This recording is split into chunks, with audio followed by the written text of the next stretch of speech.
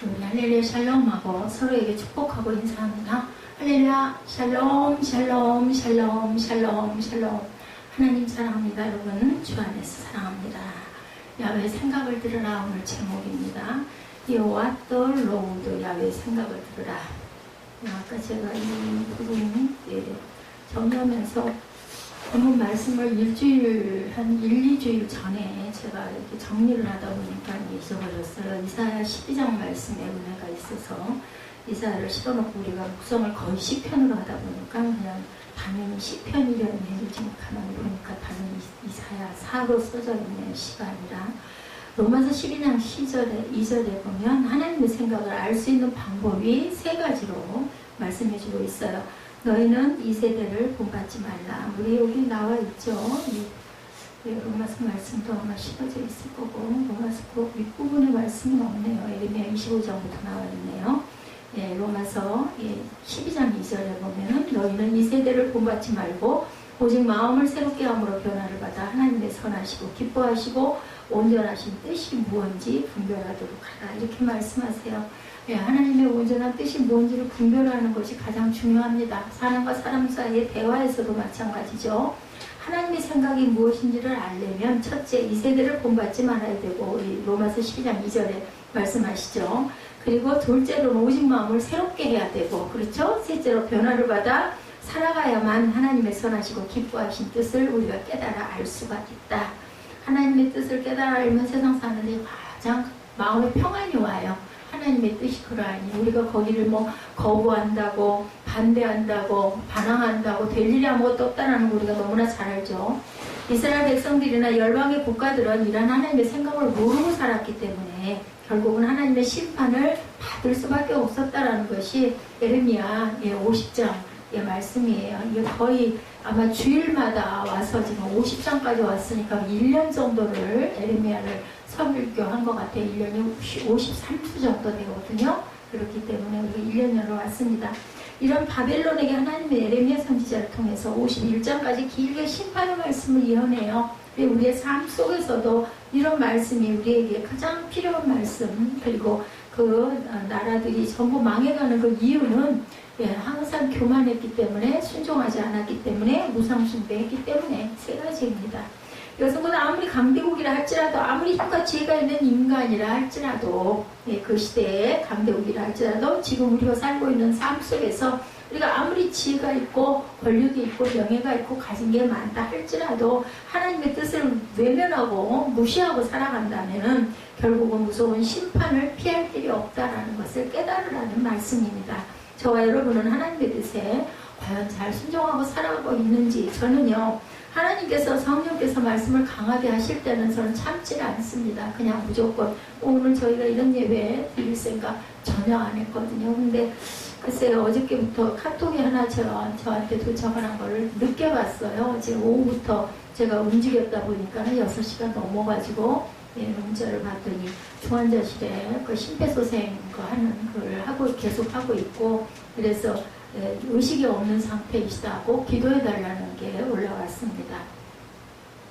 기도를 했고 어젯밤에 카톡을 주고받았어요. 밤에 중환자실에 면회를 하고 우리 요진 자매가 계속 자리를 지키고 있는 것 같아서 윤수가 또 염려가 되잖아요. 혼자 있냐고 물어보고 들어가야 되지 않겠느냐라고 얘기를 하고, 그렇게 하고는 아침에도, 근데 벌써 몇 년 전에 그분의 영이 저한테 왔다 가셨어요. 그래서 이분이 돌아가시겠구나 라고 생각을 하고 우리 에스더 전사님한테도 한번 물어봤었죠. 그랬더니 병원에 가시고 수술하시고 해도 또 그렇게 여러 해를 그 이후로 잘 오셔서 잘 가시나 보다 제 생각을 했거나, 아니면 하나님이 알려주시려고 그분의 영이 내게 왔다 갔거나, 저에게는 그런 부분들이 이렇게 알려주시는 부분이 있습니다. 제가 일부러 그런 걸 피해요. 계속 그런 부분에 제가 막 귀를 기울이고 하다 보면 자칫 잘못하면 교만해지고 신비주의에 빠질 수도 있겠다라는 두려움이 저에게는 와가지고,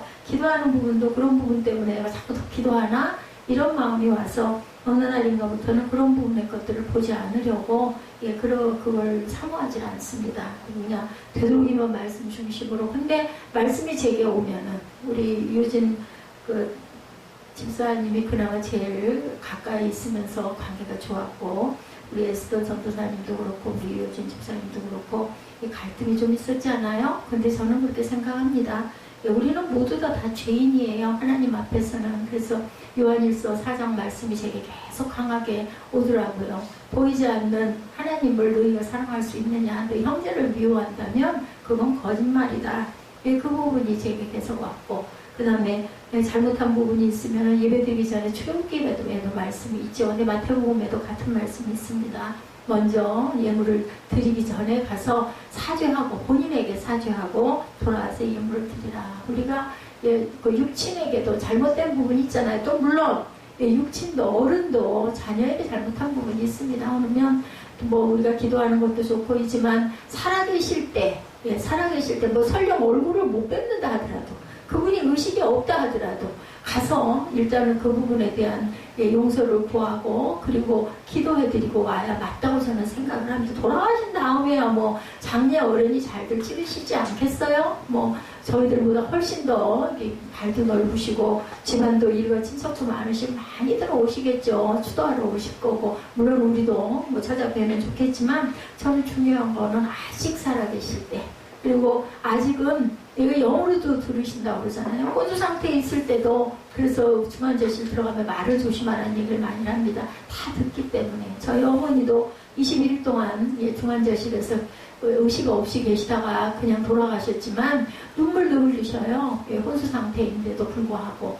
그렇기 때문에 말을 항상 희망차고 좋은 말 가서 사죄할 분 있지 어떻게 하나도 없겠어요. 그죠? 저도 마찬가지고. 그럴 땐 저도 가면 좋지만 갈 수 없는 이 사람이죠. 저는 그 자리에 이미 다른 사람이 있기 때문에 그러니까 가서 자녀들은 가가지고 아니 뭘 누구를 생각할 필요도 없고 두려워할 필요도 없죠. 검사할 필요도 없죠. 뭐 부모 자식인데 가가지고 아버지 돌아가시는 길을 뭐 그분이 앞으로 또 열흘을 더 가시든 한 달을 더 가시든 그건 상관하실 필요 없어요. 가서 그분 위로해드리고 마음에 있는 것 비워드리고 그거 잘 가시도록 우리가 워낙 크리스찬이잖아. 교회잖아요.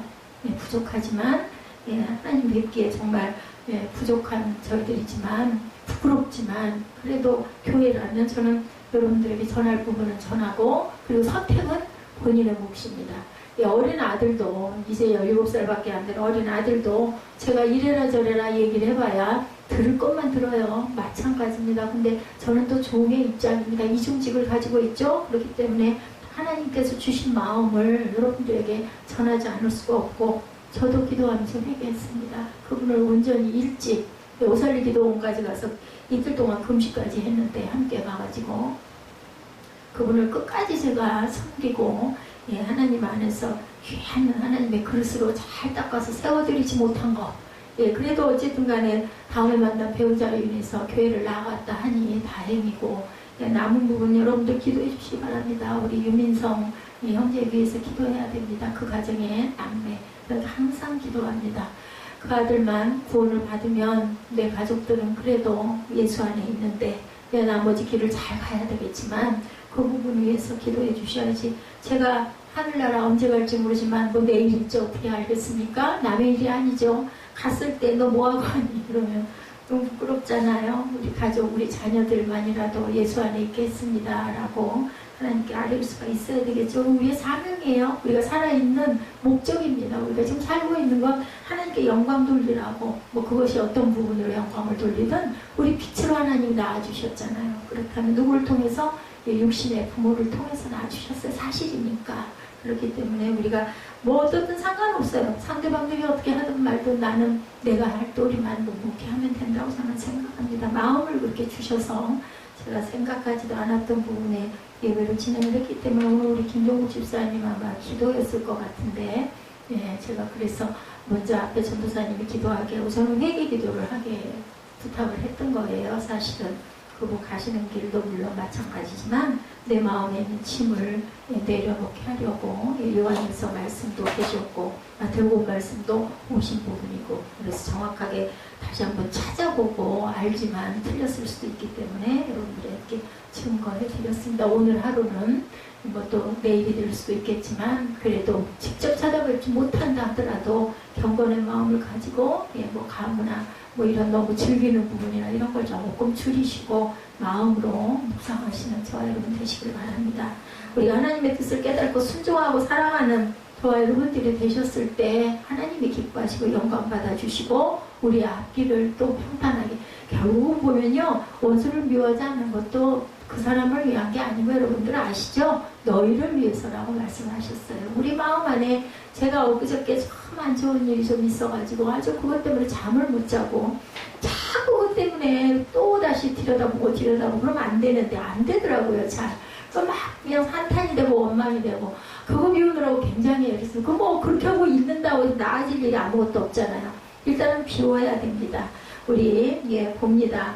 강대국들이 어떻게 해서 이렇게 망하게 됐는지 하나님의 무서운 심판을 어떻게 해서 받았는지 우리 한번 보죠. 첫 번째 바벨론의 멸망에 대해서 1절에서 20절까지 말씀하죠. 1절에 야훼께서 선지자 예레미야에게 바벨론과 갈대 사람의 땅에 대하여 하신 말씀이라 이렇게 시작돼가지고 바벨론에 대한 패망에 대한 게 20절까지 나타나 있어요. 20절에 보니까 우리가 예레미야를 여러분들이 잘 모르시기 때문에 제가 예배 때 많이라도 함께 읽읍시다 하고 읽었는데 너무 길어가지고 제가 지지난주인가요? 그런 마음이 들더라고. 이제는 여기까지는 왔으니 이제 거의 다 이제 본론적인 거 다 여러분들에게 말씀을 드렸고 이제는 짧게 읽으면서 또 그때 필요할 때 함께 합독하는 게 좋겠구나라는 마음이 왔습니다. 20절이죠. 야훼 말씀이니라 그날 그때에는 이스라엘의 죄악을 찾을지라도 없겠고 유다의 죄를 찾을지라도 찾아내지 못하리니 이는 내가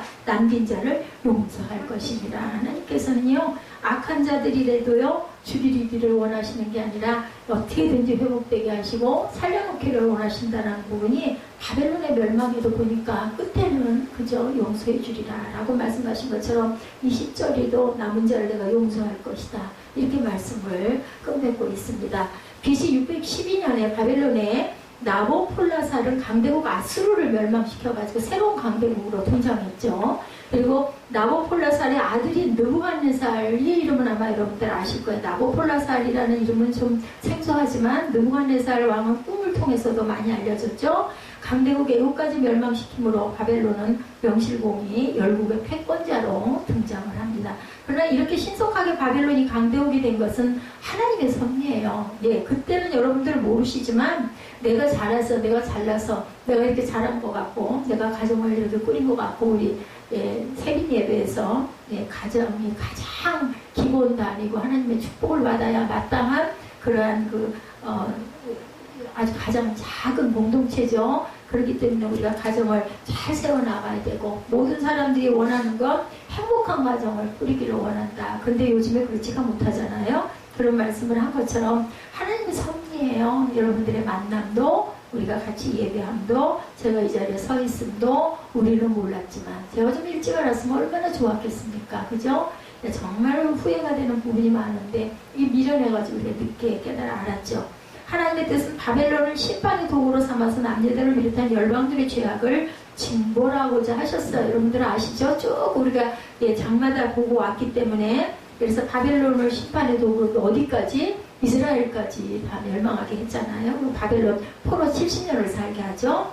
그러나 이제 하나님의 심판의 도구로 사용되던 바벨론이 심판의 대상이 된다.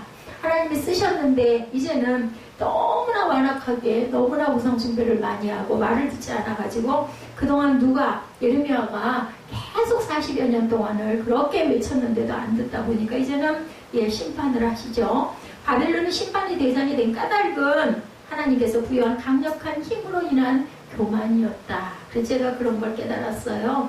저희 교회가 지금 여러분들 보시면 아이고 어떡하나 이런 마음 드시잖아요.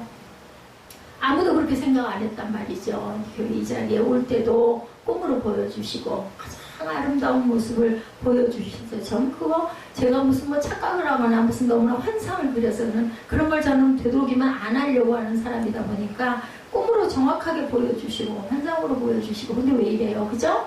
근데 하나님 하나님이 저 교만해질까봐 만약에 이름이 날리고 뭐 좀 북적북적하고 그랬으면 얼마나 교만이 머리 꼭대기까지 치받아서 천국을 못 갈까봐 저를 이렇게 붙들어 놓으시고 단련하시고 훈련하시는 게 아닌가 저는 그런 마음이 없더라고요. 저를 얼마나 사랑하셨으면 이렇게 종으로 세우셔서 아니어도 되죠. 가정 예배 드려도 될 만한 그러한 이런 모습인데 규모인데도 불구하고 성전에서 살게 하시고 항상 말씀 속에 살게 하시고 제가 뭘 하겠어요. 제가 뭐를 할 수가 있겠어요. 뭐 건강해서 뭐 산으로 들로 막 뛰어다니면서 뭐 사람들과 어울려 다니면서 놀 수나 있겠어요. 뭐 뭐를 할 수가 있겠어요.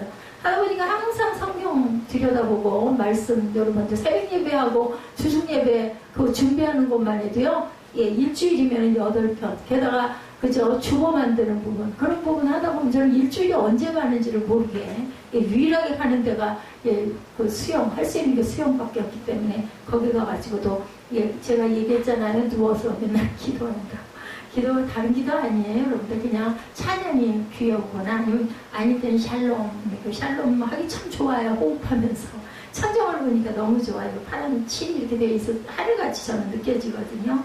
그래서 바벨론은 하나님께서 사용하실 심판의 도구였다라는 거 결론적으로는 엄청나게 흥황할 줄 알았잖아요. 바벨론이 승승장구하고 다 애국까지 멸망을 시켰기 때문에 근데 너무나 교만해서 예. 그러므로 바벨론은 오직 하나님의 뜻에 따라 심판을 해야 했다라는 것을 우리는 지금 제 3자의 눈으로 보니까 아유 왜 이렇게 교만을 떨어가지고 망했니? 라고 하는데 우리도 그럴 때가 너무나 많다. 우리가 잘 나갈 때 성경 말씀에도 있죠. 선줄로 생각할 때 넘어질까 조심해라. 항상 그런 마음을 가져야 합니다. 바벨론은 자신들의 야심과 욕망에 따라 무자비하게 행함으로 자신들을 심판의 도구로 삼으신 하나님을 무시했고 스스로를 높이고 열방의 주권자로 행세했다. 누가요? 김일성이 거의 뭐 신이라면서요. 죽을 줄 몰랐다. 그 사람들이 그랬대요. 김일성은 죽을 줄 몰랐는데 진짜로 죽었네 하는 얘기들을 많이 했다고 합니다. 이런 바벨론의 죄악에 대해서 하나님께서는 에르미야 선지자를 통해서 심판을 선포하시죠. 그게 오늘 본문이에요. 바벨론에 대한 심판의 예언은 이사야, 미가, 하박국 같은 선지자들에 의해서도 계속 선포되었어요. 실제로 바벨론은 느부갓네살 왕이 죽은 이후부터 급속히 쇠약해지기 시작해서 BC 539년 예, 비포 크라이스트죠. 예수님 오시기 전 539년. 그러면 예수님 오신 게 1년이어서 2019년이잖아요. 그러면 2600년 전 일이다. 이렇게 생각하시면 됩니다. 이 BC 그 세월을 더하시면 되죠. 고레스 왕이 이끄는 메데바사 연합국에 의해서 멸망이 됩니다. BC 625년에 세워진 신바벨론 제국은 100년이 못 가서 역사 속으로 사라지고 말았다. 그 공산주의 소비에트가 100년 정도 돼서 무너졌다고 그러죠. 저는 어렸을 때 소련하고 미국 그 두 나라는 아주 가장 강한 나라다 이렇게 생각을 하고 있었는데 어느 날인가 소련이 해체됐다. 깜짝 놀랐어요. 그래서 아마 100여 년인 것 같습니다. 예레미야 선지자가 바벨론의 멸망을 예언하는 당시에 바벨론의 세력은 누구도 넘볼 수 없을 만큼 강력한 제국이었는데 사람들은 이러한 예언을 귀담아 듣지 않았죠. 너무나 강력하니까.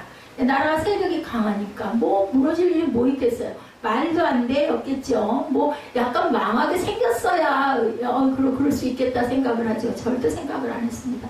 하나님께서는 바벨론의 멸망을 기정사실로 예언을 하십니다. 2절을 보세요. 하나님은 바벨론의 멸망을 열방의 나라에 공포하라고 얘기하죠. 2절에 너희는 나라들 가운데 전파하라 공포하라 깃발을 세우라 숨김이 없이 공포하리라. 바벨론이 함락되고 베일이 수치를 당하며 무로닥이 부스러지며 그 신상들은 수치를 당하며 우상들은 부스러진다. 너희는 이렇게 공포해라. 분명히 망한다라는 거죠. 바벨론은 벨과 무로닥이라는 우상을 섬기고 있어도 벨이고 무로닥은 우상이에요. 벨은 주인이라는 뜻이고요. 무로닥은 바벨론의 우상 가운데 가장 우두머리 되는 신으로 섬겼다고 합니다. 그래서 무로닥의 아들이 느보인데 바벨론의 전성기를 이룬 느부갓네살 왕은 바로 이 느보의 이름을 땄다고 해요. 그래서 느부갓네살입니다. 이렇게 좀 알면 그렇구나 알아주시죠. 이처럼 바벨론 사람들이 자신들을 지켜줄 것이라고 믿었던 이 신들이 수치를 당하고 우상들이 부스러진다는 것은 바벨론의 패망을 나타내는 상징적인 말이죠. 그렇다면 이런 강대국 바벨론을 멸망시킬 나라는 어디냐? 3절에 북쪽에서 올 것이라 그러죠. 이는 한 나라가 북쪽에서 나와 그를 쳐서 그 땅에 황폐하게 하여 그 가운데 사는 자가 없게 할 것이니라. 사람이나 짐승이 다 도망갈 것이니라. 다 도망가야 살지 않겠어. 이제 뭐 전쟁이 나도 도망갈 데도 없다지만 그 시절에는 이제 도망들을 갔다라는 거죠. 예, 그것은 북쪽에 있는 나라 메대와 바사를 가리키고 있어요. 바벨론보다 더 북쪽에 있는 북방의 나라. 예, 그것은 바로 메대와 바사다. 페르시아죠? 바사는 페르시아를 얘기합니다. 실제 역사적으로 BC 539년에 메대와 바사 연합군은 바벨론을 멸망시켜서 바벨론 땅을 황폐화시켜버렸습니다. 역사 속에 있는 일들이에요. 성경은 기록된 게 아니기 때문에 믿으셔도 된다는 거죠. 바벨론의 멸망으로 인해서 이스라엘 백성들은 70년 만에 바벨론에게 해방이 되고 고국으로 돌아오죠. 70년 포로에서 귀환하잖아요. 이스라엘 민족이. 이러한 예언은 이미 예레미야 선지자를 통해서 말씀하셨어요. 예레미야 25장 12절. 여기서부터 본문에 나타나 있습니다. 주일 본문 요약에 나와 있죠. 25장 12절에 여호와의 말씀이니라. 70년이 끝나면 내가 바벨론의 왕과 그의 나라와 갈대아인의 땅을 그 죄악으로 말미암아 벌하여 영원히 폐허되게 하겠다라고 말씀하고, 29장 10절도 나와 있죠. 여호와께서 이와 같이 말씀하시니라. 바벨론에서 70년이 차면 내가 너희를 돌보고 나의 선한 말을 너희에게 성취하여 너희를 이곳으로 돌아오게 하리라 라고 말씀을 합니다. 4, 5절 오늘 본문에도 보면 바벨론의 멸망으로 이스라엘 백성이 해방이 되어 하나님과 새로운 언약을 맺고 하나님과 새로운 관계가 주어질 것이다. 50장 4절 봅니다. 여호와의 말씀이니라. 그날 그때에 이스라엘 자손이 돌아오며 유다 자손도 함께 돌아오되 그들이 울면서 그 길을 가며 그의 하나님 여호와께 구할 것이며 그들이 그 얼굴을 시온으로 향하여 그 길을 물으며 말하기를 너희는 오라 잊을 수 없는 영원한 언약으로 야훼와 연합하라 하리라. 6절에서 하나님은 이스라엘 백성들이 왜 멸망하게 되었는지 그 사실을 다시 두 가지로 말하죠. 6절 내 백성은 잃어버린 양떼로다. 목자들이 그들을 곁길로 가게 하여 산으로 돌이키게 하였으므로 그들이 산에서 언덕으로 돌아다니며 쉴 것을 잊어버렸다. 여기 내용 보니 첫째는 거짓 목자들의 가르침을 받았기 때문이고, 둘째는 산이나 언덕으로 돌아다니며 우상을 섬겼다라는 이야기를 이렇게 표현해서 하고 있습니다. 거짓 목자들의 가르침을 받은 백성들은 하나님을 뜻을 깨닫지 못하고 거짓 신을 섬기며 살았다라는 거예요. 7절을 보면 이스라엘을 멸망시키는 세력들, 즉 바벨론은 이스라엘이 죄를 범했기에 그들을 치는 자신들의 행위는 정당하다고 주장을 합니다. 오히려 7절 그들을 만나는 자들은 그들을 삼키며 그의 대적들은 말하기를 그들이 야훼 곧 의로운 처소시며 그의 조상들의 소망이신 야훼께 범죄하였음인즉 우리는 무죄하다 하였느니라. 회개가 아니라 무죄하다고. 어떻게 무죄할 수가 있겠어요? 아무리 죄가 없어도 상대방이 잘못이 많아도 나도 잘못이 있잖아요. 그죠? 우리가 그냥 일반 삶에도. 이것이 바로 인간들의 모순된 모습들. 과연 나는 그렇지 않은가? 그래서는 누군가 저에게 상처를 주는 말을 하면 마음이 아프죠. 상대방이 원망스럽죠. 밉죠. 근데 시간이 조금 지나면은 곰곰이 생각하게 돼요. 내가 어떤 점 때문에 이런 오해를 받나, 아니면 이렇게 보여졌을까, 이걸 생각을 하고 될 수 있으면 그런 부분들이 있겠죠. 제게 있으니까 그랬겠죠. 상대방도 심했지만 이해하지 않아주고 이해 못해주는 부분, 오해한 부분이 잘못된 것도 있겠지만 원인은 분명히 있을 거라는 거죠. 그럴 때는 그것을 조금 내가 이런 부분이 이렇구나 라는 걸 우리가 깨달고 조금 아니도록 그 다음 편은 조금 그런 부분을 그 수영장에서 맨날 제가 여러분들 웃으시잖아요. 제가 느리니까요. 근데 제 머리에 걸리는 사람이 늘 있어요. 여자분이 있어서 그 전에 다투기도 많이 했고 밀치기도 많이 했고 좀 그랬었는데 어느 날인가 마음에 뭘 다퉈 피해서 가면 되지 성령이 말씀을 하시더라고요. 하늘만 보면서 나 너무 속상하잖아요. 그래서 가면서 좀 비켜주면 좋을 텐데 절대 안 비키거든요. 몸도 떡대도 있어가지고 막 꾹꾹이 버텨요. 그래서 어느 날인가 그런 마음이 들면서 그다음부터 어떻게 했냐면 그냥 부딪혀, 머리에 뭐가 부딪힌다라고 느끼면 얼른 씁니다. 서서 그냥 반대로 가요. 뭐 사람도 많지 않아요. 그 시간에 그 레인은. 그리고 사람이 많지가 않기 때문에 반대편으로 가거나 조금 기다렸다가 반대편 사람이 가고 있으면 그 뒤로 따라가고 이제 그렇게 그러니까 마음이 편하고 그다음부터는 어떤 마음이 드냐면 오죽하면 그러겠니. 이제 저보다 먼저 다니시던 분인데 그분이 평형을 배우느라고 그런 것 같아요. 오죽이나 안 나가면 나같이 느린 사람한테도 걸리고 저 사람도 마음이 편치만은 않겠지. 다행인 건 30분에서 35분쯤 되면 나가요. 그 사람은. 그냥 그다음부터는 내가 편하니까. 근데 언젠가부터 부딪힘이 좀 적어지더라고요. 근데 어젠가 그저께, 어젠 토요일 있죠? 그저께 또 머리에 또 걸려갖고 얼른 섰어요. 그랬는데 그분도 섰더라고요. 눈이 마주쳤는데 제가 웃었더니 상대방도 웃더라고요. 그래서 내가 제가 반대로 갈게요. 그랬더니 아니라고. 자기 앞서서 가라고. 나중에 또 부딪히니까 내 앞으로 가라고 그래가지고 제가 웃으면서 앞서서 갔어요. 이렇게 마음을 조금 열고, 그죠? 예, 좋게 생각을 하고 내가 좀 양보를 하니까 오히려 합력하여 선을 이루시더라는 그런 얘기 여러분들한테 전해드리고 싶어서 제가 이렇게 말씀 중에 영상을 찍기도 하지만 그렇게 뭐랄까 약간 재밌는 이런 얘기 하나도 안 하잖아요. 그래서는 할 얘기가 이런 얘기밖에 없습니다.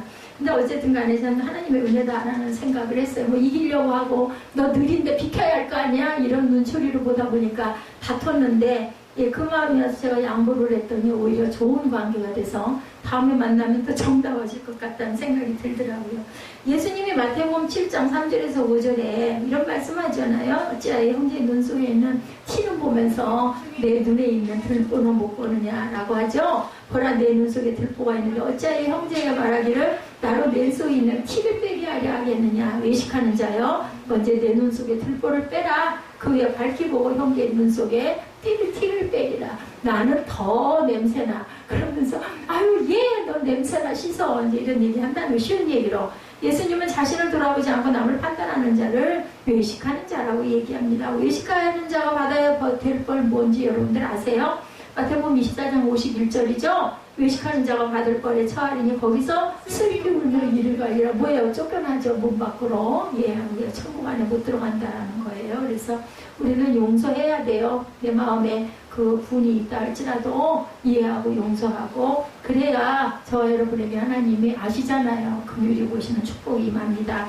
오늘 8절에서 10절에 하나님은 바벨론의 심판을 다시 언급하시죠. 바벨론이 멸망받을 때 이스라엘 백성들이 그곳에 나와서 양떼 앞에 달려가는 순념소처럼 도망쳐라 말씀합니다. 9절에 그들의 대열을 버리고 서서 정복할 것이라. 그들의 화살은 노련한 용사의 화살 같아서 허공을 치지 아니하리라. 큰 민족의 무리라고 말씀하시면서 그들의 화살이 허공을 치지 아니하리라고 하셨는데 이것은 곧 하나님이 바벨론을 반드시 심판하실 것이라는 의미입니다. 바벨론이 이처럼 심판을 당하는 이유가 11절에 나오죠.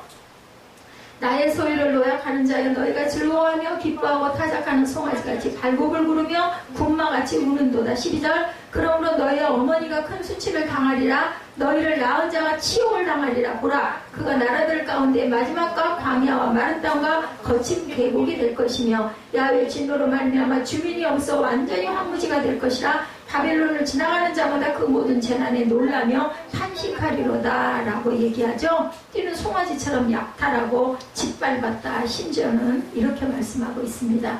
나의 소유를 노력하는 자여 너희가 즐거워하며 기뻐하고 타작하는 송아지같이 말굽을 구르며 군마같이 운다. 12절에서 16절까지 바벨론에 임하는 심판에 대해서 5가지로 말하죠. 12절 봅니다. 그러므로 너희 어머니가 수치를 당하리라. 너희를 낳은 자가 치욕을 당하리라. 보라 그가 나라들 가운데 마지막과 광야야 마른 땅과 거친 계곡이 될 것이며 13절 야훼 진노로 말미암아 주민이 없어 완전히 황무지가 될 것이라. 바벨론은 지나가는 자마다 그 모든 재난에 놀라며 탄식하리로다. 바벨론을 둘러 대열을 벌이고 화를 당기는 모든 자여 화살을 아끼지 말고 쏘라. 그가 야훼에게 범죄하였습니다. 그 주위에서 고함을 지르리로다. 그가 항복하였고 그 요새는 무너졌고 그 성벽은 허물어졌으니 이는 여호와께서 그가 행한 대로 그에게 내리시는 보복이라. 그가 행한 대로 그에게 갚으시는도다. 파종하는 자와 추수때 낫을 잡는 자를 바벨론에서 끊어버리라. 사람들이 그 압박하는 칼을 두려워하여 각기 동족에게로 돌아가며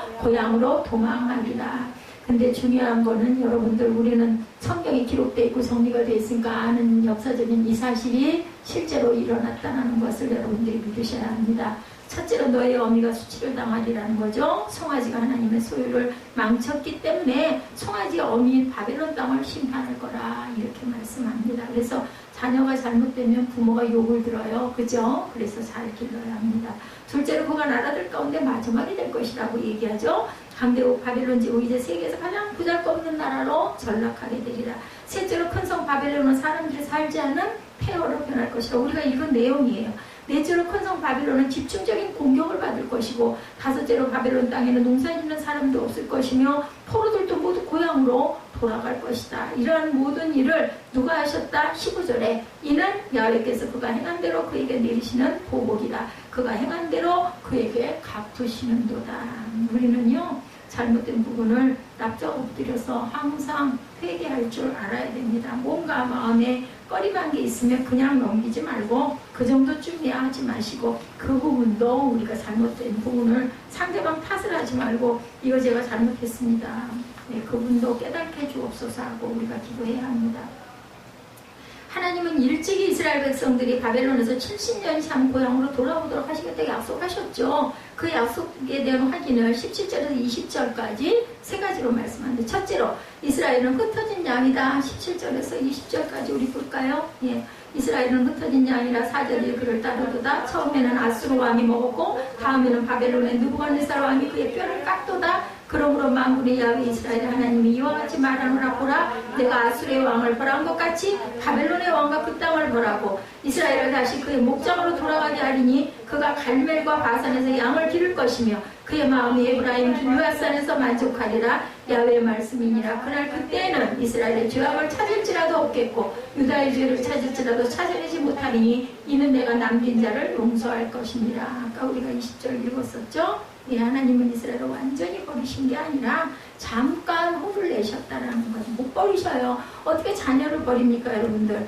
남의 자식이 아무리 훌륭한들, 내 자녀가 아무리 부족한들, 내 자녀가 아닐 수가 없잖아요. 그렇기 때문에 그래도 또 돌아보게 되고, 그래도 또 잘못한 부분을 다독이게 되고, 그러죠. 하나님도 여러분들과 저에게 마찬가지라는 거죠. 하나님의 뜻은 이스라엘 백성들을 70년 포로 생활을 통해서 새롭게 태어나도록 하셨다. 우리가 다시 한번 부활하고 다시 부활하고 자꾸 새롭게 일어나죠. 우리에게 어떤 고난이 있고 아픔이 있다 할지라도 그것이 끝이 아니라는 사실을 알아야 됩니다. 제가 워낙이나 오죽이나 예, 정말 기가 막혔으면은 그 가요 있죠. 예, 지나가리라.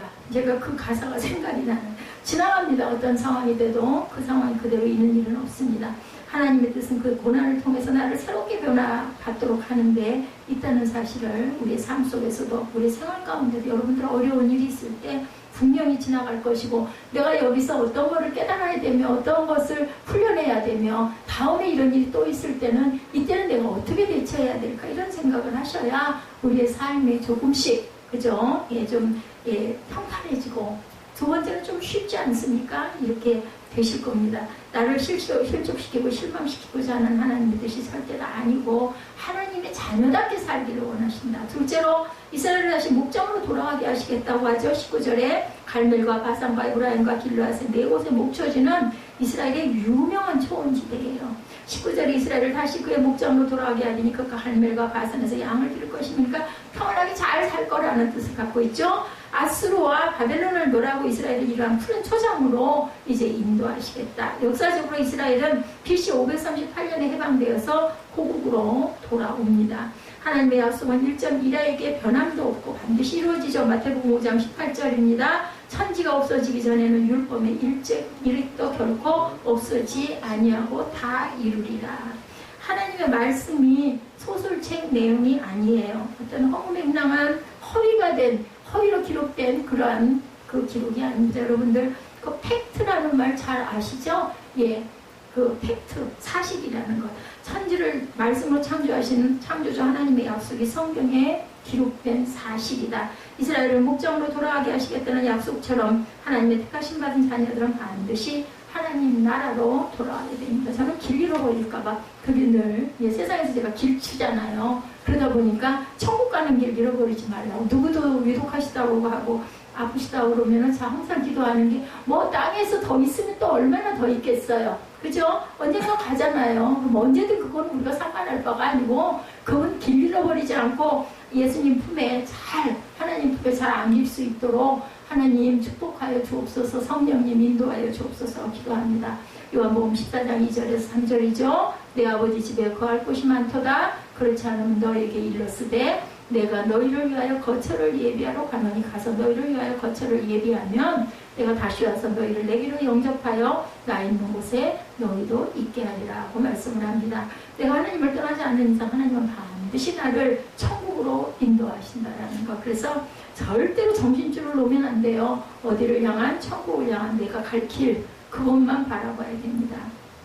셋째로 모든 죄를 용서하시겠다. 이스라엘은 70년이라는 기간을 통해서 하나님의 징벌을 똑똑히 받았어요. 그죠? 그러므로 이제 하나님의 모든 죄를 다 용서하시겠다고 하나님께서 말씀을 하세요. 인간의 가장 큰 축복은 죄의 문제를 해결받는 것.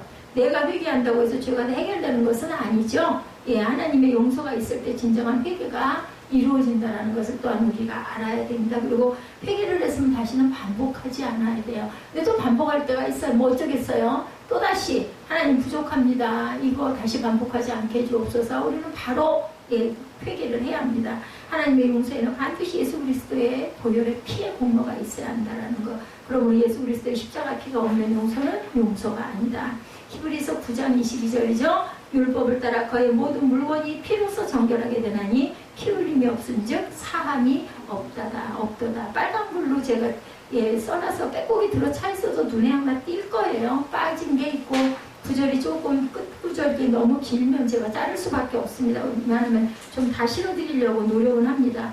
그래서 하나님의 생각을 들으라고 그러죠. 21절에서 46절까지도. 이는 야훼의 말씀이니라. 너희는 올라가서 무라다임의 땅을 치며 21절이죠. 예, 북곳의 주민을 쳐서 진멸하되 내가 너에게 명령한 대로 하라. 그 땅에 싸움의 소리와 큰 파멸이 있으리라. 예, 미리 이렇게 예언을 해줘요. 그러면은 그 시대에 사는 사람들이 그걸 좀 귀담아 들었으면은 그저 어디로 피난이라도 갈 것이지. 안 듣죠? 안 믿죠?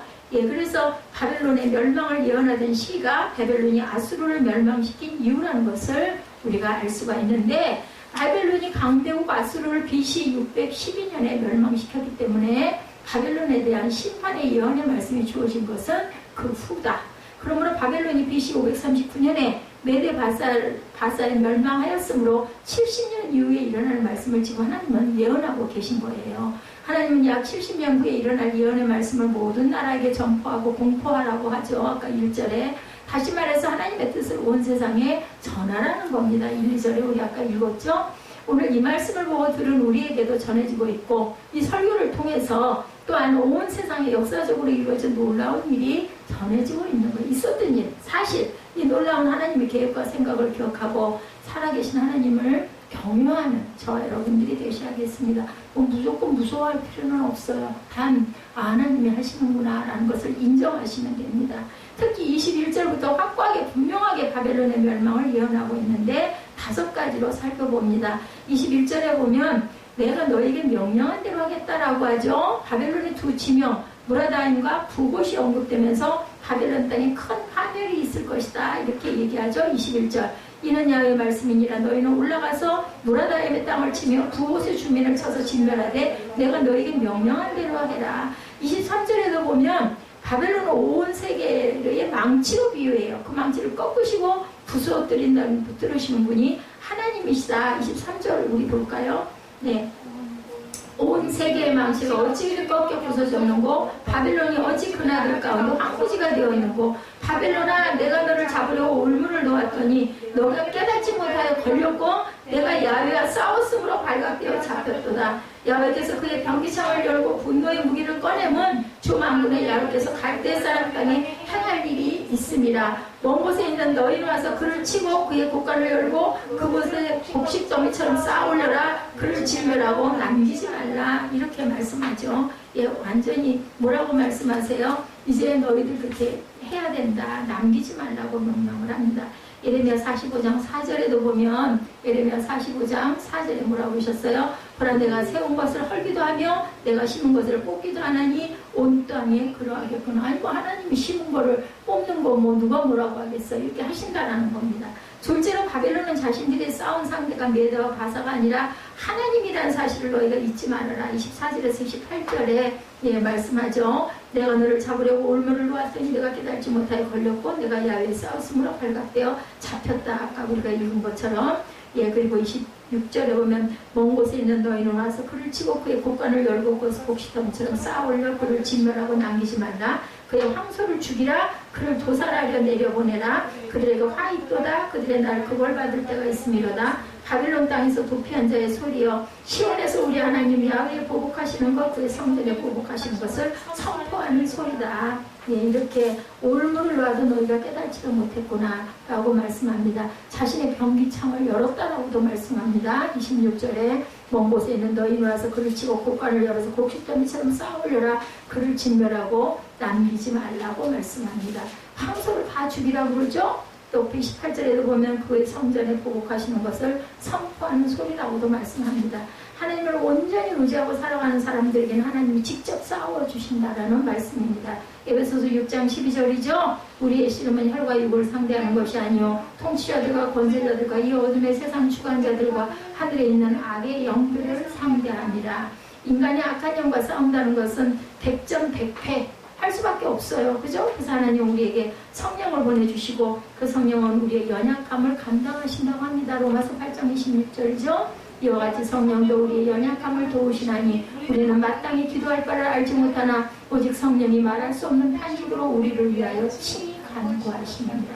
그러므로 날마다 성령을 의지하고 살아갈 때 우리를 대신하여 싸워주시고 보살펴 주신다. 셋째 마지막 바벨론은 교만하여 멸망받게 될 것이다. 29절에서 32절이죠. 교만하였다는 말씀이 3번 언급됩니다. 바벨론은 하나님 앞에 교만했다. 다시 말해서 자신의 분수를 모르고 자신에게 있는 능력이 자기에게서 나온 것이냐 의식했다. 29절 끝에 보면 교만이 하나님을 향한 교만이었다라고 그 교만을 지적합니다. 31절에도 보면 그 교만한 자를 하나님이 직접 대적하겠다고 벌하시겠다고 말씀하죠. 32절에도 교만으로 인해 넘어질 것이고 일으킬 자가 없을 것이다 라고 말씀합니다. 하나님은 반드시 교만한 자를 대적하시는 분임을 우리가 깨달아야 됩니다. 베드로전서 5장 5절이죠. 하나님은 교만한 자를 대적하시되 겸손한 자들에게는 은혜를 주신다라고 말씀합니다. 넷째로 칼과 가뭄으로 바벨론을 심판할 것이다. 33절에서 40절입니다. 33절에 바벨론은 이스라엘 백성들의 포로로 잡아 풀어주지 않고 70년 동안 심하게 학대를 하죠. 이스라엘 백성들은 오랜 세월 동안 회복의 소망조차 갖지 못했어요. 그러나 하나님은 에레미야 선지자를 통해서 분명하게 일찍 말씀하셨어요. 70년이 차면 너희가 포로에서 풀려나 고향으로 돌아오고 바벨론은 멸망할 것이다. 에레미야 25장 12절입니다. 70년이 끝나면 내가 바벨론의 왕과 그의 나라와 갈대아 땅을 그 죄악으로 말미암아 벌하여 영원히 폐허가 되게 하되 하나님은 자신의 백성들을 쉽게 버리는 하나님이 아니시다라고 증거하죠. 34절을 보십시오. 하나님은 강하신 분이고 그분의 이름은 만군의 야훼, 여호와라는 뜻 스스로 존재하는 자. 여러분 아시죠? I am who I am. 야훼는 반드시 자신의 택한 자들을 구원하신다. 35절부터 보면 칼이라는 말씀이 5번이나 언급이 되어 있습니다. 우리 35절부터 잠깐 볼까요? 35절 야훼의 말씀이니라 칼이 갈대아인의 위에와 바벨론 주민의 위에와 고관들과 지혜로운 자의 위에 떨어지리라. 칼이 자랑하는 자 위에 떨어지니 그들이 어리석게 될 것이며 칼이 용사 위에 떨어지니 그들이 놀랄 것이며 칼이 그들의 말들과 병거들과 그들 중에 있는 여러 민족들 위에 떨어지니 그들이 여인들같이 될 것이며 칼이 보물 위에 떨어지니 그것이 약탈되리라. 가뭄이 무리에 내려 그것을 말리리니 이는 그 땅이 조각한 신상의 땅이요 그들은 무엇을 보고 실성하였습니다. 그러므로 사막의 들짐승이 승냥이와 함께 거기에 살겠고 타자도 그 가운데 살 곳이 영원히 주민이었으며 대대에 살 자가 없습니다. 이제는 동물의 왕국이 될 것이다 라고 사람이 안 산다라는 얘기죠. 40절을 보면 뭐라고 말씀하세요? 야훼의 말씀이라 하나님께서 소돔과 고모라와 그 이웃 성읍들을 뒤엎듯이 거기에 있는 사람이 없게 하며 그 가운데 머무르는 사람이 아무도 없게 될 것이다. 보라 한 민족이 북쪽에서 오고 큰 나라와 여러 왕이 충동을 받아 땅 끝에서 다시 일어난다. 메세와 바사라고 아까 말씀드렸죠. 그래서 항상 이렇게 말씀 앞에 두려움을 가지고 예수의 신앙을 온전한 진리로 깨닫고 경외하는 마음을 갖고 사시기 바랍니다. 잘 될 때 특히나 41절에서 46절에 야훼의 계획과 생각을 들으라. 제가 오늘 제목을 야훼의 생각을 들으라. 45절에서 제가 은혜를 받았습니다. 첫째는 북쪽에서 올라온 큰 나라를 통해 바벨론을 멸망시키겠다. 메대와 바사 연합군이라고 아까 말씀드렸죠. 그 세력은 바벨론을 불쌍히 여기지 않냐고 무참하게 짓밟아요. 바벨론 왕 그 세력 앞에 산하는 여인처럼 비명을 지르며 두려워할 거다. 우리 그럴 때 있지 않아요? 항상 보면은 그때 내가 그렇게 좋았을 때 저는 어려서부터 그랬어요. 너무 기뻐서 막 웃으면 내가 이러다가 울면 어떡하지? 걱정이 되더라고. 꼭 보면 너무나 까불고 건 놀다 보면 나중에는 꼭 안 좋은 일이 있어 울게 되더라고요. 그래서 항상 우리는 조심해야 합니다. 둘째는 이 모든 계획과 생각은 하나님의 계획이다. 44절에서 45절 아까 우리 읽었죠. 나와 같은 자 누구며 출도 하라고 나에게 명령할 자가 누구며 내 앞에 설 목자가 누구냐. 하나님의 계획을 누가 막을 수가 있겠는가. 누가 해요? 누가 그죠? 하나님의 생각을 인간이 어찌 돌이킬 수가 있겠는가 하는 거예요.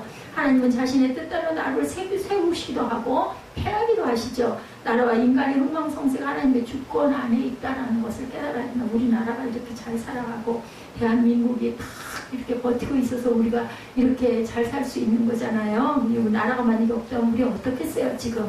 이것도 하나님의 은혜라 우리는 감사할 밖에 없고, 그렇기 때문에 되도록이면은 우리가 민족을 미워하면 안 돼요. 그리고 사랑해야 되고, 특히나 형제를 사랑해야 되겠죠. 이웃을 사랑해야 합니다. 그것은 하나님이 사랑으로 우리를 지으셨고 우리를 땅에서 살도록 우리 죄를 사해 주셨기 때문에 내 힘으로 내 지식으로 살아가는 자들이 절대 돼서는 안 된다. 이런 꼴을 당하니까 바벨론처럼. 그건 뭐 그 나라 얘기지가 아니고, 여러분 제가 왜 에레미야를 이렇게 긴 걸 지루하게 왜 이 구약을 이렇게 했는데요. 사실은 신약 쉽죠. 근데 그 쉬운 말씀보다 저는 이 구약, 이 에레미야서를 이렇게 읽다 보면 너무너무 은혜가 와요. 왜냐하면 내 삶이, 내 일상이 돌아봐지기 때문에 정말 하나님의 은혜입니다. 바벨론에게 힘과 능력을 주었지만 그들은 그 힘과 능력을 통해 자신들을 나타내는 교만한 자들이 됐다라는 거, 우리가 우리 삶 속에 이럴 수가 있죠. 지금 내게 있는 생명, 힘과 능력이 나에게서 시작된 것이 아니라 하나님으로부터 온 것이 우리가 깨달아야 되고,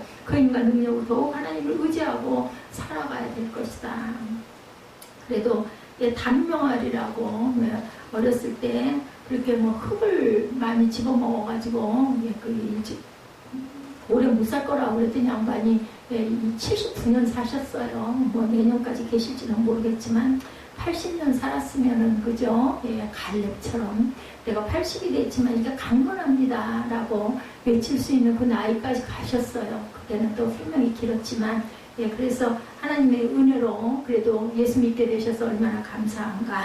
인간이라는 하나님의 계획과 생각을 버리고 살아갈 때 악해질 수밖에 없고, 그죠? 내가 잘난 거지 뭐 무슨 그런 게 어딨어. 천국이 어딨어. 살다 죽으면 그만이지. 그럼 뭐 그만이죠. 뭘 그렇게 선을 행하고 가려고 할 필요가 없죠. 나 하고 싶은 대로 하고 살다 가면 되죠. 근데 우리 마음에 어떤 마음이 있어요? 천국을 소망하는 마음이 있습니다. 누구에게나 다 내가 돌아가면 어디로 갈 것인가 하는 마음이 다 있어요. 어느 사람. 신을 부정하는 사람들도 끝에는 신을 찾습니다. 다 보면. 야고보서 4장 14절에 내일 일을 너희가 알지 못하는도다. 내 생명이 뭐냐? 잠깐 보이다 없어지는 안개니라. 하나님의 날이 우리 세상에서 천년이라고 그러잖아요. 한 날이 눈 깜빡하는 사이라는 얘기를 많이 하죠. 그게 아마 하나님은 눈 깜빡하는 사이 세상은 천년이 지나간 거예요. 왜 이렇게 답을 안 해? 왜 그렇게 기도하면 기도가 안 이루어져? 하나님은 우리의 1년이 그 양반에게는 뭐겠어요? 그죠? 눈 깜빡도 아니에요. 천년이 하루니까. 이렇게 생각하시면 됩니다. 잠언 19장 21절입니다. 사람의 마음에는 많은 계획이 있어도 오직 야훼의 뜻만이 완전히 서리라. 이렇게 말씀을 합니다. 여러분들 제가 뭐 잔소리처럼 계속 얘기 안 해도 한마디만 들어도 아는데 뭘 그렇게 강조적 목 아프거든요. 목 아프고요. 소리를 지를 때마다 갈비밑이 무너져 내려요. 허벅지를 통해 가지고 엉덩이 밑으로. 그럼에도 불구하고 이렇게 외치는 건 여러분들은 한 사람도 실족하지 말고 세상 물론 바라보고 함께 합해서 살아가야 되겠지만 구별된 사람들 되시고 천국의 귀한 면류관들을 쓰시는, 저는 아닐 거예요. 뭐 저는 여러분들에게 빚이 너무나 많아가지고 천국 가기만 해도 맹꽁무니에 매달려 가기만 해도 은혜겠지만 여러분들은 아니니까 남은 삶이 정말 평안하고 기쁨과 감사의 삶이 되시라고. 은혜 받으면 또 성경 말씀 긴 게 너무나 기쁘거든요. 근데 저와 똑같지는 않으실 거라 제가 되도록이면 줄여드립니다. 그래서 1절에 하나님은 모든 나라에 이 말씀을 전포하고 공포하라고, 오늘 본문 1절이죠. 에레미야는 이런 예언을 반드시 선포합니다. 우리는 듣는 대로 선포해야 돼요. 여러분들이 왜 지루한 걸 왜 그렇게 길게 해? 제가 우리 에스더 전도사님에게 물어봤어요. 다음에 신약할까요? 그랬더니 아이고 그랬으면 좋겠다고. 너무 어렵고 지루하다. 근데요, 죄송하게도 에레미야 애가가 있어서 애가는 넘어가야 될 것 같습니다. 오늘 새벽에 든 생각이에요. 바벨론의 왕도 백성들도 이런 말씀을 다 들었어요. 근데 그들은 이런 말씀을 웃고 외면하고 무시합니다. 아이 뭐 교과서 같은 얘기 맨날 뭐래. 성경에는 그렇게 있지만 우리 삶이 어디 그래. 이렇게 얘기하는 사람들 많지만 여러분들 진리는 영원합니다. 절대 잊지 마시기 바랍니다. 18절에 하나님의 아수르 왕을 벌하였다고 했은 거예요. 이 예언의 말씀은 바벨론이 강대국 아수르를 BC 612년에 멸망시킨 이후에 주어진 말씀이고, 그러므로 바벨론이 BC 539년에 메데 바사에 멸망하였으므로 70년 이후에 일어날 말씀을 하나님이 예언하고 계신다. 성경이 연대대로 기록이 안 돼 있는 경우들이 많아요. 같은 성경 안에서도. 그래서 우리가 이런 부분은 주석을 이용해야 합니다. 그래서 하나님이 주신 힘과 능력으로 자신들의 권세와 부귀와 영화를 누리는 악한 자들이 되어버렸다. 바벨론은. 그래가지고 멸망하죠. 오늘 우리에게 이미 역사 속에 사라진 바벨론 같은 나라와 어리석은 자들이 되지 말라고 하나님께서 이 에레미야 50장을 통하여 저와 여러분에게 선물로 주신 말씀. Hear what the Lord, 야의 생각을 들으라 라고 말씀합니다. 여러분들 아마 1절부터 끝절까지 우리가 끝까지 읽지 않았지만 중간중간 읽었지만 오히려 여러분들에게 더 깊이 각인이 되고 깨달아 하셨을 줄로 믿습니다. 우리 결단 찬양하시고 잠깐 기도하는 시간 갖고 축도로 예배를 마치도록 하죠.